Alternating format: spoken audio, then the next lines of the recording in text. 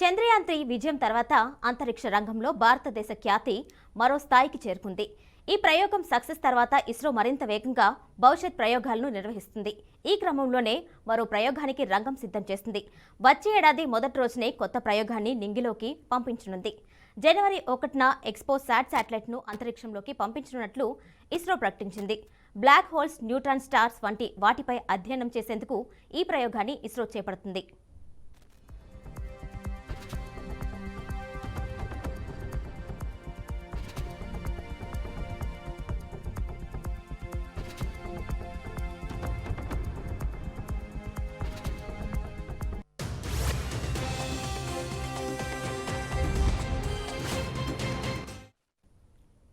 చంద్రయాన్-3 విజయం తర్వాత అంతరిక్ష రంగంలో భారతదేశ ఖ్యాతి మరో స్థాయికి చేరుకుంది. ఈ ప్రయోగం సక్సెస్ తర్వాత ఇస్రో మరింత వేగంగా భవిష్యత్ ప్రయోగాలు నిర్వహిస్తుంది. ఈ క్రమంలోనే మరో ప్రయోగానికి రంగం సిద్ధం చేస్తుంది.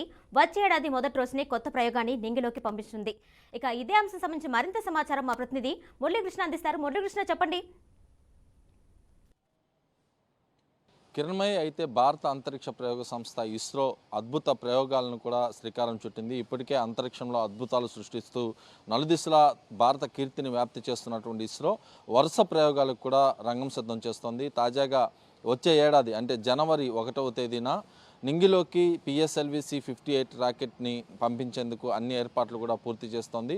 కాంతికి సంబంధించినటువంటి ఎక్స్రే కిరణాలు వీటన్నిటికి సంబంధించినటువంటి అంశాలని పరిశోధన చేసే నిమిత్తం జనవరి 1వ తేదీన ఉదయం 9:10 ఉమ్మడి నెల్లూరు జిల్లాలోని శ్రీహరికోటలోని సతీష్ ధావన్ స్పేస్ సెంటర్ వేదికగా నింగిలోకి PSLV C-58 రాకెట్ని తీసుకెళ్లేందుకు అన్ని రకాల ఏర్పాట్లను కూడా ఇస్రో శాస్త్రవేత్తలు పూర్తి చేశారు. అందుకు సంబంధించినటువంటి కౌంట్డౌన్ ప్రక్రియ కూడా రేపు ఉదయం ప్రారంభమయ్యేదానికి అన్ని రకాల ఏర్పాట్లు కూడా ఇటు భారత అంతరిక్ష ప్రయోగ సంస్థకు సంబంధించినటువంటి శాస్త్రవేత్తలు కూడా చేపడుతున్నటువంటి పరిస్థితి ఉంది. ఈ PSLV C-58 రాకెట్ ద్వారా దాదాపు ఎక్స్పోసాట్ అనే ఒక శాటిలైట్ను కూడా నింగిలోకి పంపించనున్నారు. భూమికి 500 నుంచి 700 కిలోమీటర్ల ఎత్తులో ఈ శాటిలైట్ని అక్కడ వదిలిపెట్టిన తర్వాత ఇది పూర్తి స్థాయిలో కూడా బ్లాక్ హోల్స్ అంటే కృష్ణబిలాలు, న్యూట్రాన్ స్టార్స్ వంటి వాటిపైన పూర్తి స్థాయిలో అధ్యయనం చేసేందుకు అన్ని రకాలుగా ఉపయోగపడుతుందని చెప్పి ఇప్పటికే శాస్త్రవేత్తలు కూడా చెప్తున్నటువంటి పరిస్థితి ఉంది. కృష్ణబిలాలు, న్యూట్రాన్ స్టార్స్ వంటి వివిధ ఖగోళ వస్తువుల నుంచి వెలువడుతున్నటువంటి అత్యంత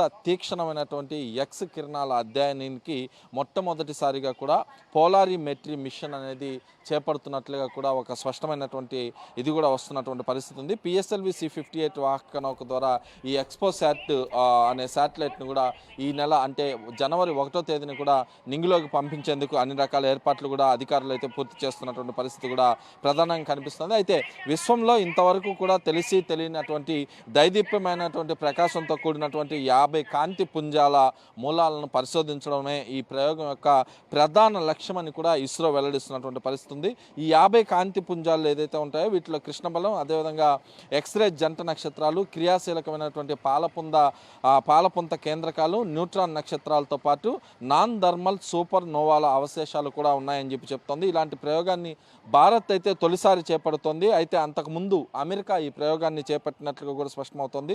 2021లో నాసా ఇమేజింగ్ ఎక్స్రే పొలారిమెట్రీ ఎక్స్ప్లోరేషన్ ద్వారా ఈ ప్రయోగాన్ని అయితే అమెరికా నింగిలోకి పంపించినట్లుగా చెప్తోంది. అయితే ఇప్పటికే ఈ ఎక్స్పోసాట్ అనే ఏదైతే శాటిలైట్ ఉందో ఇది 5 ఏళ్ల పాటు పనిచేసే విధంగా కూడా ఇస్రో శాస్త్రవేత్తలు రూపొందించారు. పూర్తి స్వదేశీ పరిజ్ఞానంతో రూపొందించినటువంటి ఈ శాటిలైట్ను UR శాటిలైట్ సెంటర్ సహాయంతో రామన్ రీసెర్చ్ ఇన్స్టిట్యూట్ అభివృద్ధి చేసిందని కూడా వెల్లడిస్తున్నటువంటి పరిస్థితి ఉంది. పొలారిమెట్రీ అనేది ఖగోళ వస్తువులు, అదేవిధంగా తోకచుక్కల నుంచి ఏదైతే సుదూరంలో ప్రాంతంలో ఉన్నటువంటి గెలాక్సీల వరకు అత్యంత సమాచారాన్ని కూడా వేగవంతంగా అందించడానికి అనుమతించేటటువంటి శక్తివంతమైన సాధనం అని కూడా అధికారులు చెప్తున్నటువంటి పరిస్థితి ఉంది. అయితే దీనికి సంబంధించి ఇస్రో ఇటు ఉమ్మడి నెల్లూరు జిల్లాలో ఉన్నటువంటి శ్రీహరికోట సతీష్ ధావన్ స్పేస్ సెంటర్లో అన్ని రకాల ఏర్పాట్లు చేసింది. ఇవాళ దీనికి సంబంధించినటువంటి సంసిద్ధత సమావేశాన్ని కూడా ఇస్రో చైర్మన్ ఆధ్వర్యంలో కూడా నిర్వహించబోతున్నారు. షార్ డైరెక్టర్లు, శాస్త్రవేత్తలందరూ కూడా ఈ MRI సమావేశానికి ఏదైతే IMR సమావేశానికి కూడా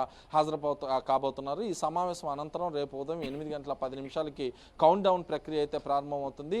ఎల్లుండి ఉదయం అంటే అంటే 1వ తేదీ ఉదయం సరిగ్గా 9:10 నిప్పులు కక్కుకుంటూ నింగిలోకి పిఎస్ఎల్వి C-58 రాకెట్ కూడా దూసుకెళ్లేందుకు సంసిద్ధం చేస్తున్నారు. మరోవైపు ఈ రాకెట్కి సంబంధించినటువంటి ప్రధానంగా ఇస్రో పిఎస్ఎల్వి రాకెట్లనే పూర్తి స్థాయిలో కూడా ముందుకు తీసుకెళ్తుంది. ఒక గెలుపు గుర్రంగా కూడా పిఎస్ఎల్వి రాకెట్లు ఇస్రోకి మారాయని చెప్పుకోవచ్చు. పిఎస్ఎల్వి సిరీస్లో ఇది 60వ రాకెట్ లాంచింగ్. ఇప్పటి వరకు పిఎస్ఎల్విలో 57 ప్రయోగాలు చేశారు. తర్వాత 58వ ప్రయోగంగా ఇది ఉంది. అంటే మొత్తం దీంట్లో D1, D2, D3 అని చెప్పి మరో 3 ప్రయోగాలు జరిగాయి. అంటే మొత్తం మీద ఓవరాల్గా తీసుకుంటే 60 ప్రయోగాలు పిఎస్ఎల్వి రాకెట్ ద్వారానే జరిగాయి. వీటిలో 1-2 మినహా మిగతా అన్ని ప్రయోగాలు కూడా సూపర్ సక్సెస్ అయ్యాయి. చంద్రయాన్ 1తో పాటు 114 ఉపగ్రహాలని ఒకేసారి నింగిలోకి తీసుకెళ్లినటువంటి సత్తా కూడా పిఎస్ఎల్వి రాకెట్కే ఉంది. దీంతో ఈసారి ప్రయోగించేటటువంటి ఈ ప్రయోగం దాదాపుగా ఏదైతే మనం ఇందాక చెప్పుకున్నట్లుగా ఎక్స్రే కిరణాలని పూర్తి స్థాయిలో అధ్యయనం చేసేందుకు పంపిస్తున్నటువంటి శాటిలైట్ని కూడా పిఎస్ఎల్వి రాకెట్ ద్వారా పంపించబోతున్నారు. అందుకు సంబంధించినటువంటి ఏర్పాట్లు అయితే పూర్తయ్యాయి. ఈ పిఎస్ఎల్వి రాకెట్ నింగిలోకి దగ్గర 500 నుంచి 700 కిలోమీటర్లు భూమి నుంచి వెళ్ళిన తర్వాత మొదటి ఆర్బిట్లో ఈ శాటిలైట్ని పంపించిన తర్వాత మరికొంత దూరం వెళ్ళి ఏదైతే పిఎస్ఎల్వి రాకెట్లో ఉన్నటువంటి కొత్త మాడ్యులర్ ఏదైతే ఉందో ఈ మాడ్యులర్ని కూడా మరో ఆర్బిట్లోకి పంపించేందుకు కూడా ఏర్పాట్లు చేశారు. ఏదేమైనప్పటికీ శ్రీహరికోటలోని సతీష్ ధావన్ స్పేస్ సెంటర్ మరో ప్రయోగానికి సంసిద్ధంగా ఉంది. ఇస్రో చైర్మన్ ఇప్పటికే దీనికి సంబంధించినటువంటి అన్ని అంశాలను కూడా వివరించడం జరిగింది. ఇవాళ జరిగేటటువంటి IMR సమావేశం అనంతరం కౌంట్ డౌన్ ప్రక్రియను అయితే ఆదివారం ఉదయం ప్రారంభించబోతున్నారు. సోమవారం ఉదయం అంటే 2024 కొత్త సంవత్సరం రోజున జరిగేటటువంటి దీనికి అన్ని రకాల ఏర్పాట్లు కూడా పూర్తి చేస్తారు. ఏదేమైనప్పటికీ ఇస్రోకి అయితే భారత అంతరిక్ష ప్రయోగ సంస్థకి భారత ప్రజలందరూ కూడా ఆల్ ది బెస్ట్ చెప్తున్నటువంటి పరిస్థితి కనిపిస్తోంది Kiranmayi. Right Murali Krishna, thank you.